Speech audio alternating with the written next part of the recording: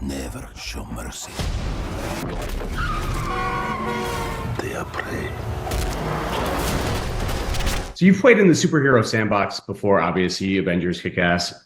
How was your experience on Kraven the most different, the most singular? I think ultimately because I was able to have a role that I could really kind of take, work from the ground up. I think, in this experience, it was we've got this beautiful moment where we've got all this source material for this character, villainous, iconic character, with such great works like Kraven's Last Hunt, which is the end of this character's journey.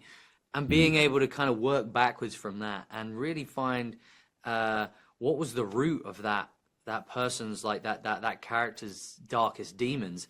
And so, there's so much texture there and complexity that we was able to have fun with this character. And at the heart of this story, there's a family drama, family feud that's happening with father and son, and a protective brother story. So, it was kind of great to be able to kind of do that deep dive onto character. First time biting a man's nose off? Yeah, I think so. Yeah, I don't think I've done that before. I mean, you went like, it looks like you go full like Danny DeVito in Batman Returns on this guy. How did you film that? That's a cool reference. You know what? The thing is this character. The exciting thing for this movie is that we did not hold back. Right? I mean. This has been 3 years in the development of like just fine tuning and making it feel as trying to justify this character, and you can't stick it in a box. You can't make it PG-13. We needed to do this character justice, and it needed to be the R action that we're now showing, because you see this anger and fury, and he goes on a vigilante rampage because of where he's come from as a young boy in this toxic environment under his power-hungry father, who's this head mobster, Russian gangster, and he doesn't want anything to do with it. He doesn't want anything to do with the family business, and so it's what sends him down his villainous path. And ultimately, he thinks he's got a moral code, but I think he might become far, far worse than his father. But that's for the audience to sort of to find out and see.